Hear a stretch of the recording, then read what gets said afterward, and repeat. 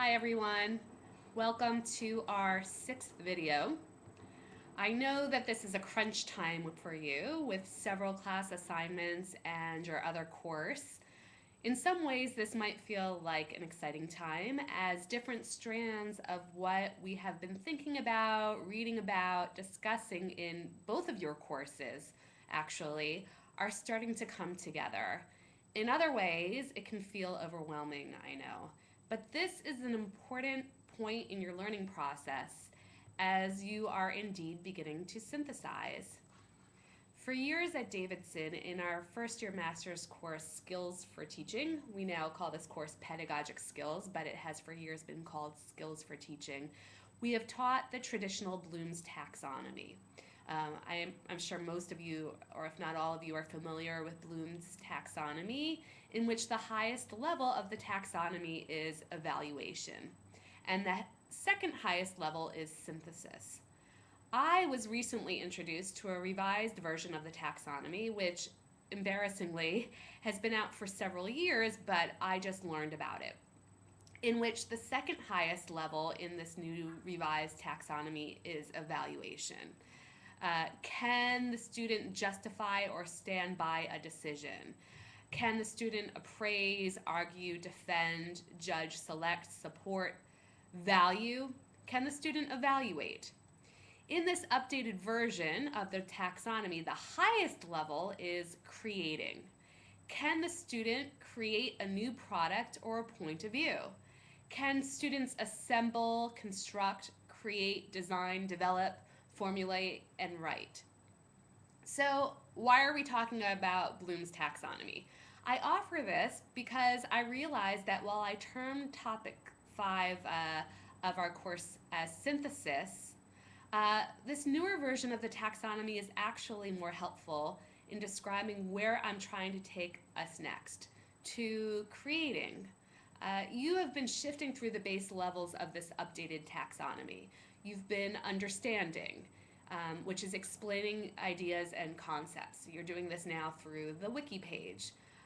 You've been applying, using information in a new way. You're beginning the development of your research questions.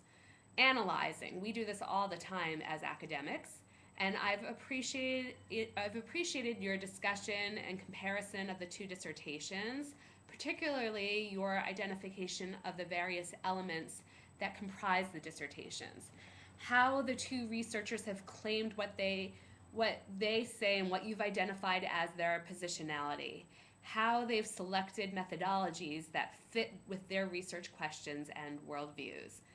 And you've been evaluating, which again we do as academics all the time. Many of you have evaluated others' research through your two journal entries. You've also evaluated the work of your peers as you've given feedback on research questions. So as advanced students and professionals, you're very good at all of these skills and you can easily manage them. So now we are moving into the highest level of this newer taxonomy of creating. Creating a new product or point of view. Assembling, constructing, designing, developing, formulating, and writing. The visual organizer due today is a scaffold to this step of creating.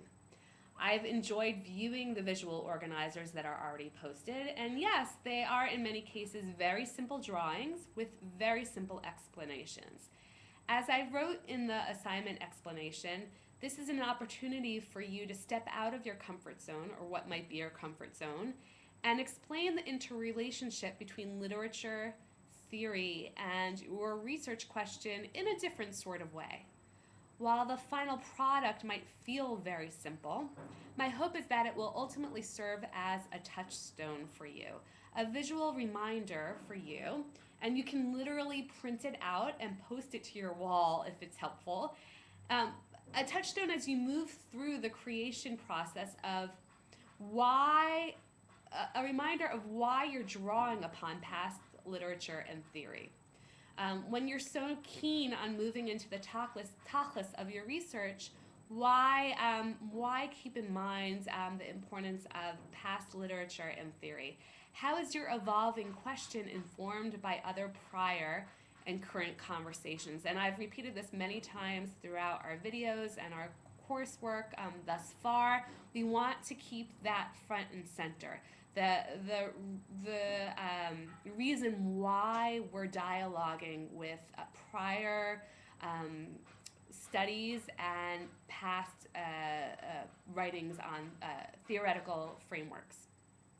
Likewise, as we move into week 6, the wiki assignment is an opportunity for you to begin to get comfortable with various terms and worldviews that will inform your own positionality.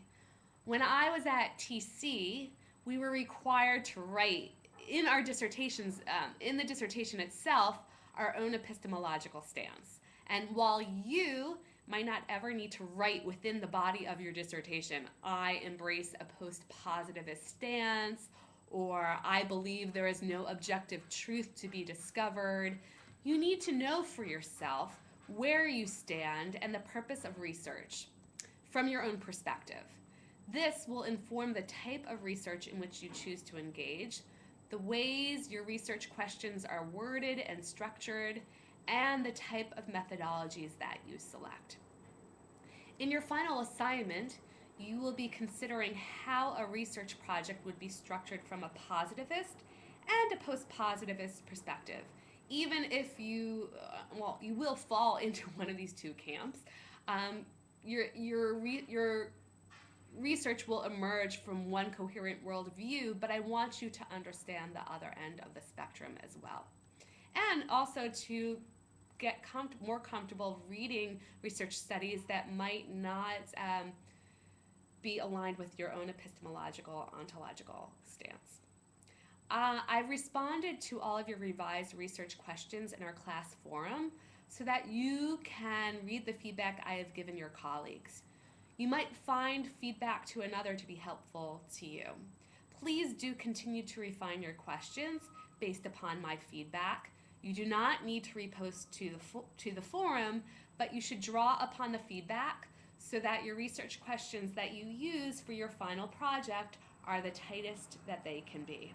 Also, I responded a few weeks ago to your citations assignment last week for some of you, and as you move along and continue to gather citations, I hope that feedback is helpful to you. As always, I look forward to viewing your evolving work and enjoy the process as best you can.